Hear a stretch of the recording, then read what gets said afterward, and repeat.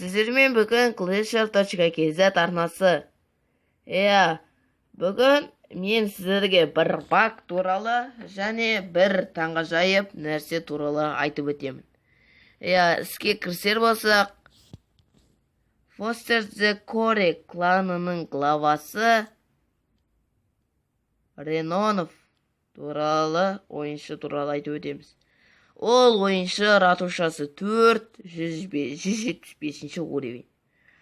Фул ТХ 4, 80 әскер сияды. Осы сезонға 8454 әскер беріп, осы ойыннан бастағанша 612.000 әскер берген. Және 1257 жұлдыз алған КВ-да. Нағыз жақсы глава деуге де болады. Бұл ТХ4-те 100-ші уровеннен асу өте қиын іс болып есептелінеді, және бұл достижениеге жету өте қиын. Және бұл игрокқа алғысымыз шексіз болуы керек. Екінші ойыншыға келер болса, Crimson Guard кланының главасы Хамот.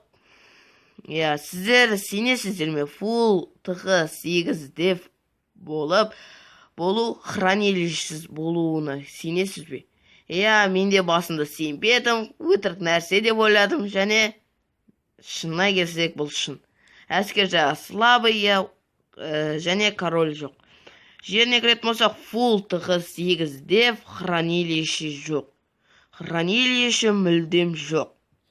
Тексеретін болсақ, крепость клана мында хижина строителя, мында военный лагерь, золотая шахта, хижина строителя, военный лагерь, сборщик эликсира, пушка, мортира, пушка, лаборатория, казарма, башня лучниц, пушка, башня лучниц, башня колдуна, воздушная оборона, башня лучниц, мортира, пушка, башня лучниц, башня колдуна, мортира, воздушная оборона және ратуш.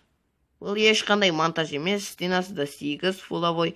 Өздеріңіз тексере аласыздар. Crimson Guard деп іздесеңіздер, главасы Хамот деген кланды көріңіздер. Және бұл ешқандай монтаж емес. Бұл бәрімізге жұмбақ болып қалады. Тек қана осы аккаунттың иесіне ғана мәлім болып қалады. Және осы екі ойыншы туралы сіздерге айтқым келді. Және келесі жол тағы да багтар болады. Оған дейін каналға тіркеліңіздер, лайк басып, достарыңызды каналға шақырыңыздар. Сіздермен бүгін Clasher.kz арнасы. Сау саламат болыңыздар, достар.